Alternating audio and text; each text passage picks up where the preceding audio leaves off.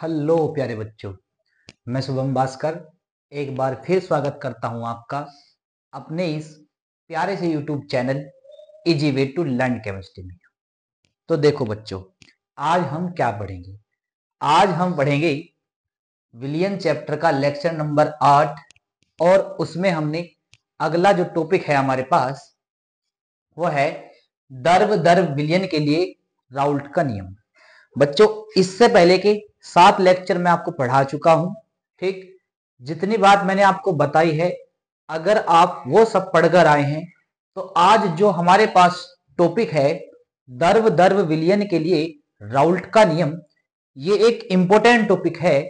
अगर आप पीछे के सभी लेक्चर पढ़कर आए हैं तो आज आप ये इंपॉर्टेंट टॉपिक इजीली समझ लोगे। ठीक है मेरे भाई, तो चलिए स्टार्ट करते हैं बच्चों। द्रव द्रव विलयन के लिए राउल्ट का नियम क्या होता है, ध्यान से देखना। ठीक है, देखो बच्चों, मेरे पास क्या है? मेरे पास है कोई एक बर्तन, एक कंटेनर है मेरे पास। ठीक है जी, ठीक है। इस कंटेनर में मैंने ले रखा भाई कोई विलयन। ठीक, और ये जो विलयन मैंने ले रखा ना, ये दो घटकों का विलयन है। मतलब इसमें दो द्रव हैं, एक द्रव ए है और एक द्रव बी है। ठीक है, मतलब ये कैसा विलयन है? ऐसा विलयन है कि जिसमें दो घटक है। और कौन कौन से? मतलब घटक ए और घटक बी। ठीक, घटक ए भी द्रव है और घटक बी भी द्रव है। मतलब ऐसा विलयन जो दो घटकों से मिलकर बना है और दोनों ही घटक उसमें कैसे है? लिक्विड है। घटक ए भी लिक्विड है और घटक बी भी लिक्विड है। उसने कहा ना द्रव द्रव, मतलब ऐसा विलयन जिसमें दोनों ही घटक क्या हो? द्रव द्रव हो। मतलब ये भी द्रव और ये भी द्रव।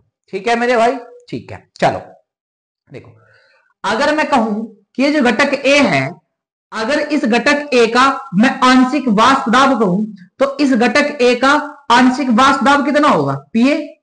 हाँ या ना? होगा या नहीं होगा? ठीक भाई, ए मतलब ए का और पी मतलब आंशिक वाष्प दाब, मतलब घटक ए का आंशिक वाष्प दाब।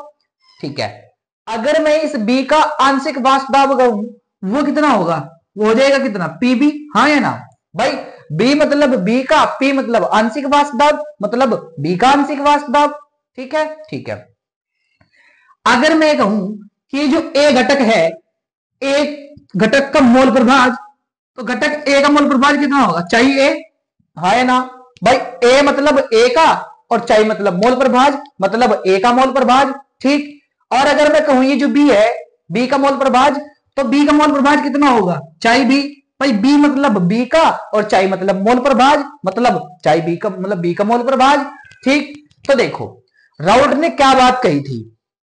राउल्ट ने कहा था, राउल्ट ने देखो ये कहा था कि ये जो काम होगा निश्चित ताप पर होगा। देखो ध्यान से सुनना, राउल्ट ने कहा था कि किसी निश्चित ताप पर, किसी निश्चित ताप पर द्रव द्रव विलयन में उपस्थित, किसी निश्चित ताप पर द्रव द्रव विलयन में उपस्थित किसी घटक का आंशिक वाष्प दाब उस घटक के मोल प्रभाज के समानुपाती होता है। क्या होता है? समानुपाती होता है। मतलब द्रव द्रव विलयन में उपस्थित किसी घटक का आंशिक वाष्प दाब उस घटक के मोल प्रभाज के समानुपाती होता है। क्या होता है? समानुपाती होता है। मतलब घटक ए का जो आंशिक वाष्प दाब है वो घटक ए के मोल प्रभाज के समानुपाती होगा, और घटक बी का जो आंशिक वाष्प दाब है वो घटक बी के मोल प्रभाज के समानुपाती होगा। यही बात बताई थी किसने? राउल्ट ने बात बताई थी। लिखेंगे कैसे? ध्यान से सुन लो, आई रिपीट। उसने कहा कि किसी निश्चित ताप पर, किसी निश्चित ताप पर द्रव द्रव विलयन में उपस्थित, द्रव द्रव विलयन में उपस्थित किसी घटक का आंशिक वाष्प दाब उस घटक के मोल प्रभाज के समानुपाती होता है। मतलब मैंने यही कहा कि घटक ए का आंशिक वाष्प दाब घटक ए के मोल प्रभाज के समानुपाती, घटक बी का आंशिक वाष्प दाब घटक बी के मोल प्रभाज के समानुपाती होगा। यह बात बताई थी किसने? राउल्ट ने। ठीक है मेरे भाई, तो मैं लिख देता हूं, ध्यान से देखना। चलो इसे लिखा रहने देते हैं कुछ देर। मैं लिखता हूं कि किसी निश्चित ताप पर, यहां से लिखता हूं, किसी निश्चित ताप पर, किसी निश्चित ताप पर द्रव द्रव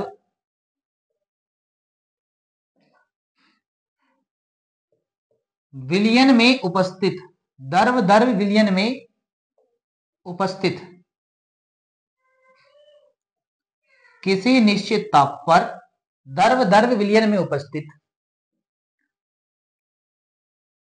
किसी घटक का, किसी घटक का आंशिक वाष्प दाब, किसी घटक का आंशिक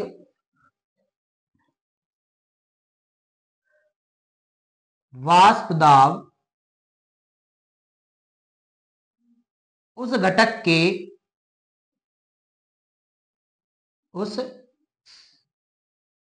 घटक के मोल प्रभाज के, मोल प्रभाज के समानुपाती होता है, समानुपाती होता है, समानुपाती होता है।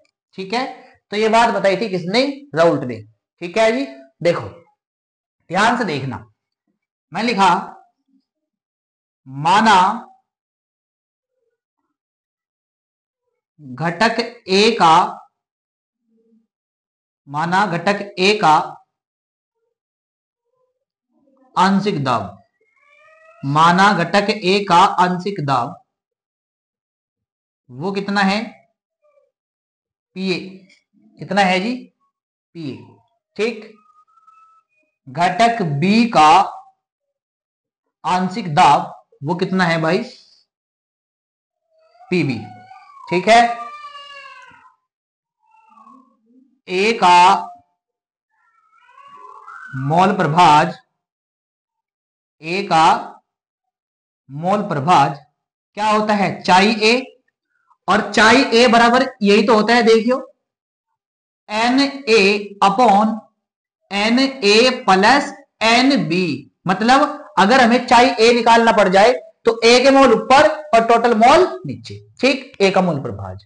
ठीक है जी, और बी का मोल प्रभाज कितना? चाई बी, और वो क्या होता है? N B upon n A plus n B. देखो जो बच्चे रेगुलर पढ़ रहे हैं ना, उन्हें ये बात समझ में आई होगी कि मैंने ये कहां से लिखी। मतलब अगर चाई ए निकालना पड़ जाए तो चाई ए जब निकालना होता है तो ए के मोल ऊपर और टोटल मोल नीचे। अगर चाई बी निकालना पड़ जाए तो बी के मोल ऊपर और टोटल मोल नीचे, तो ऐसे निकलता है। ठीक है, ठीक है।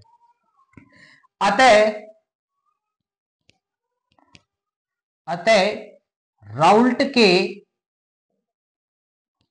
नियमानुसार, अतः राउल्ट के नियम अनुसार, अतः राउल्ट के नियम अनुसार, ठीक, देखो उसने यही तो कहा क्या कि पी ए डायरेक्टली प्रोपोर्शनल है किसके? चाई ए के। ठीक, और इधर अगर मैं लिखूं तो उसने कहा कि पी बी डायरेक्टली प्रोपोर्शनल है किसके? चाई बी के। यही तो कहा उसने कि पी ए डायरेक्टली प्रोपोर्शनल है किसके? चाई ए के। पी बी किसके है? चाई बी के। ठीक, तो अगर मैं ये समानुपाती का निशान हटाऊं तो क्या आएगा? पी ए बराबर आएगा पी ए नॉट इंटू चाई ए। ठीक, और इधर आएगा P B is equals to क्या? P B naught into chi B. हाँ या ना? ठीक, देखो आपको ये पी ए नोट क्या है और ये पी बी नोट क्या है ध्यान से देखना, मैं यही लिख रहा हूं। जहां पी ए नोट ए का शुद्ध अवस्था में, शुद्ध अवस्था में वाष्प दाब, देखो ये पी ए नोट पता क्या है? पीए नोट है ए का शुद्ध अवस्था में वाष्प दाब। मतलब ये तब है जब उसमें ए ही ए है, बी उसमें नहीं है। जब इस विलयन में केवल और केवल क्या है, ए ही ए है, तब है ये पीए नोट ए का वाष्प दाब शुद्ध अवस्था में। क्योंकि शुद्ध तो तभी होगा ना जब उसमें केवल और केवल ए ही होगा, बी नहीं होगा। ठीक, और ये जो पीबी नोट है इस बी का शुद्ध अवस्था में वाष्प दाब, मतलब ये तब होगा जब उसमें बी ही बी है, ए उसमें नहीं है। ठीक, तो आ जाओ मैं लिख देता हूं, पीबी नॉट बराबर बी का शुद्ध अवस्था में वाष्प दाब। ठीक है जी, तो ये क्या है, बी का शुद्ध अवस्था में वाष्प दाब। ठीक है मेरे भाई, अगर मैं यही एक लाइन और लिखूं, इधर ही लिख देता हूं। ठीक, इसीलिए अगर मुझे लिखना पड़ जाए कुल वाष्प दाब, तो कुल वाष्प दाब कितना हो जाएगा, कल भी बताया था, P बराबर पी ए प्लस पीबी। ठीक, कल मैंने इसलिए ही बताया था क्योंकि मुझे यहां यूज करना था। कल मैं पढ़ा के आया था ना कि द्रव विलयनों का वाष्प दाब, तो मैंने वहां बनाया था P बराबर पी ए प्लस पीबी। तो इसलिए P बराबर पी ए प्लस पीबी जब लिखोगे तो P बराबर पी ए कितना है, देखो पी है पी ए नोट इंटू चाई ए, तो ये बनेगा पी ए नोट इंटू क्या, chi A plus P V naught into chi B. देखो पीबी बराबर क्या है, PB naught into chi B, और ये आपका आ जाएगा कुल वाष्प दाब। ठीक है मेरे भाई, तो ये होता है हमारा राउल्ट का नियम। आई होप आपको समझ में आया होगा। ठीक, मैं रिपीट कर देता हूं। देखो उसने क्या कहा था, उसने कहा था कि किसी निश्चित ताप पर द्रव विलयन में उपस्थित किसी घटक का आंशिक वाष्प दाब उस घटक के मूल प्रभाज्य के समानुपाती होता है, और ये होता है राउल्ट का नियम। ठीक है मेरे भाई, तो आई होप मेरे भाई आपको ये समझ में आया होगा। ठीक, इसी तरह बस आप मेरा साथ देते जाइए, हर चीज आपको समझ में आएगी। तो आज के लिए इतना ही काफी, फिर कल मिलेंगे नेक्स्ट टॉपिक के साथ नेक्स्ट लेक्चर में। Thank you for watching this video. Tata bye bye.